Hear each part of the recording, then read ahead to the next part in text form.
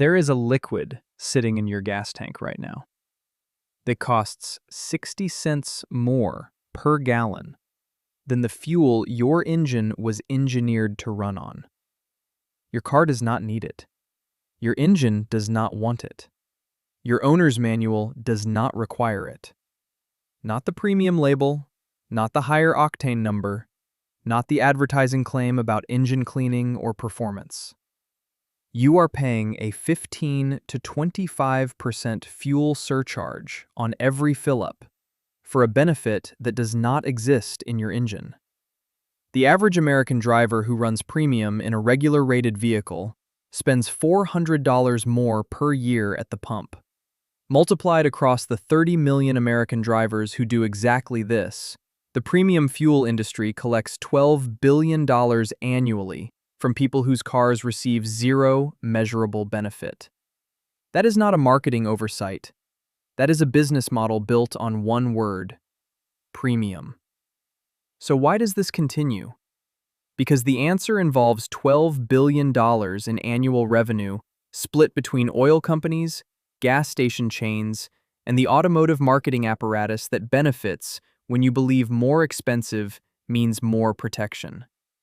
Every word on that pump nozzle was written by someone who profits from your confusion. They did not accidentally use the word premium. They chose it because premium works on the human brain the way octane works in an engine. It creates pressure. And pressure, in both cases, produces output.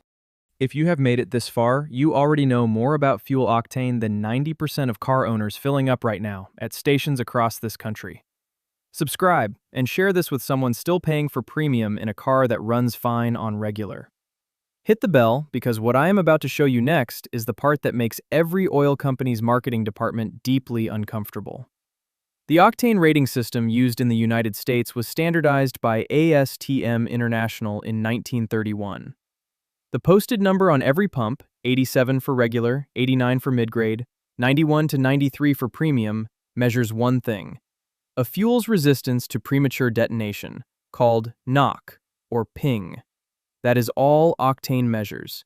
It does not measure energy content, it does not measure cleanliness, it does not measure lubrication or performance output.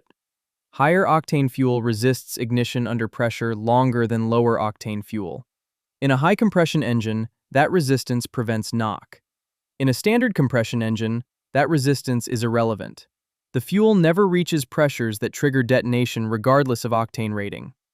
By 1995, the Federal Trade Commission issued a formal statement confirming that for most vehicles, premium gasoline provides no benefit over regular. That document exists.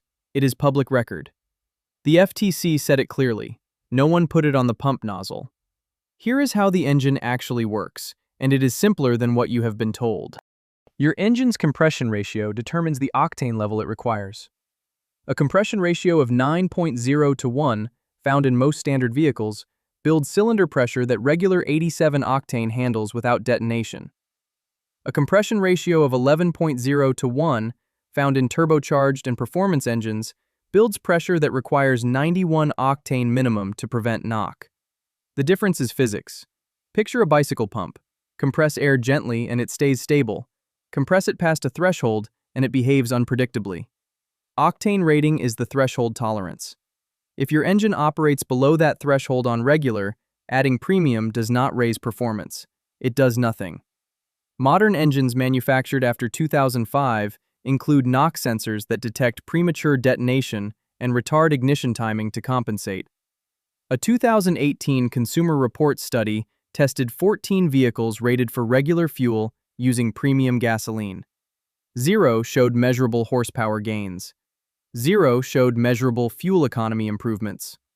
The premium produced no difference across 50,000 test miles.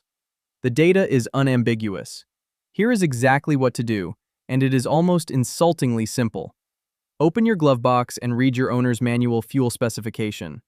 It will say one of three things: regular unleaded, 87 octane minimum, premium recommended, or premium required. These three statements have three completely different meanings, and the industry profits when you treat them as interchangeable. If your manual says regular unleaded, fill with regular unleaded at every station, every time. You will not damage your engine. You will not reduce performance.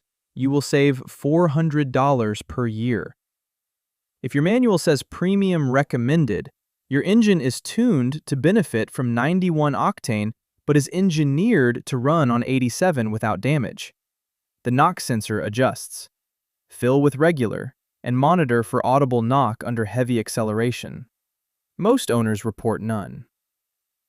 If your manual says premium required, your engine's compression ratio demands it. Fill with 91 or higher. This applies to roughly 12% of vehicles on American roads. Step 1. Open the manual. Step 2. Read the fuel requirement. Step 3. Ignore the word premium unless that word appears in your manual. Step 4. Calculate your annual savings. The average driver fills up 52 times per year.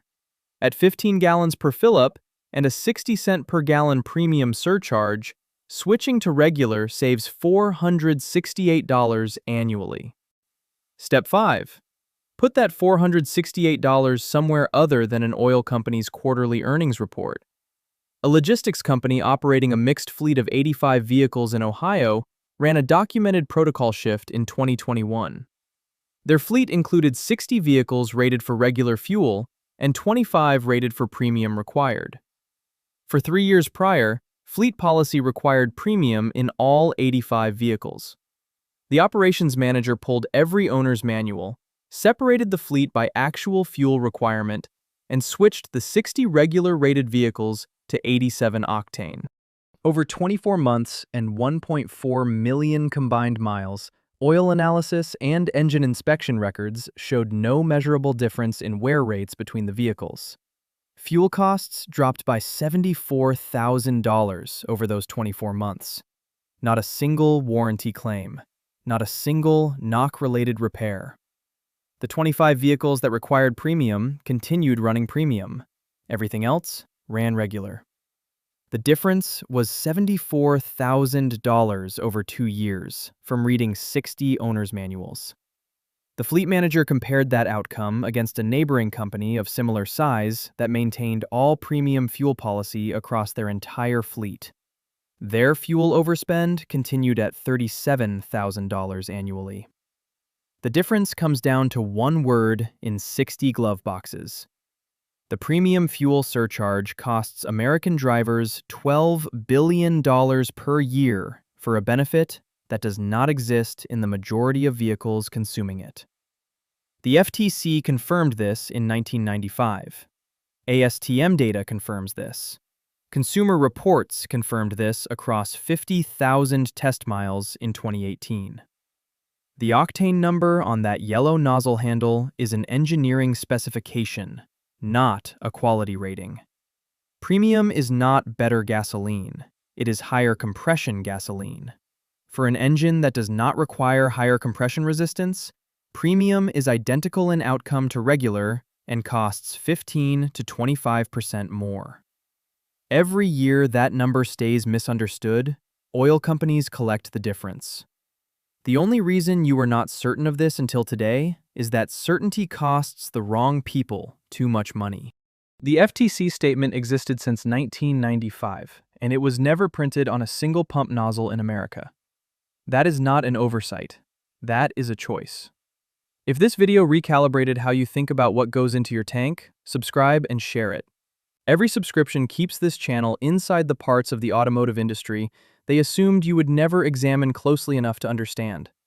Every share puts this information in front of someone still paying the $12 billion annual premium tax on fuel their engine does not require. The next vault opens soon, and what is inside involves the coolant flush, a service with a legitimate 100,000-mile interval that dealerships are selling on a 30,000-mile cycle to customers who have no way to verify the difference.